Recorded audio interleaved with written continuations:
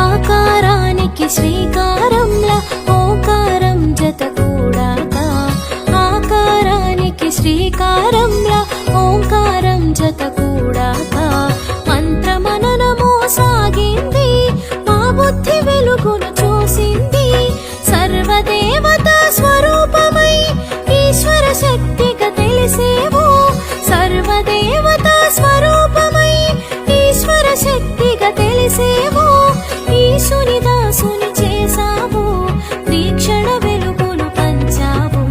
స్వరము నీవే గాయత్రి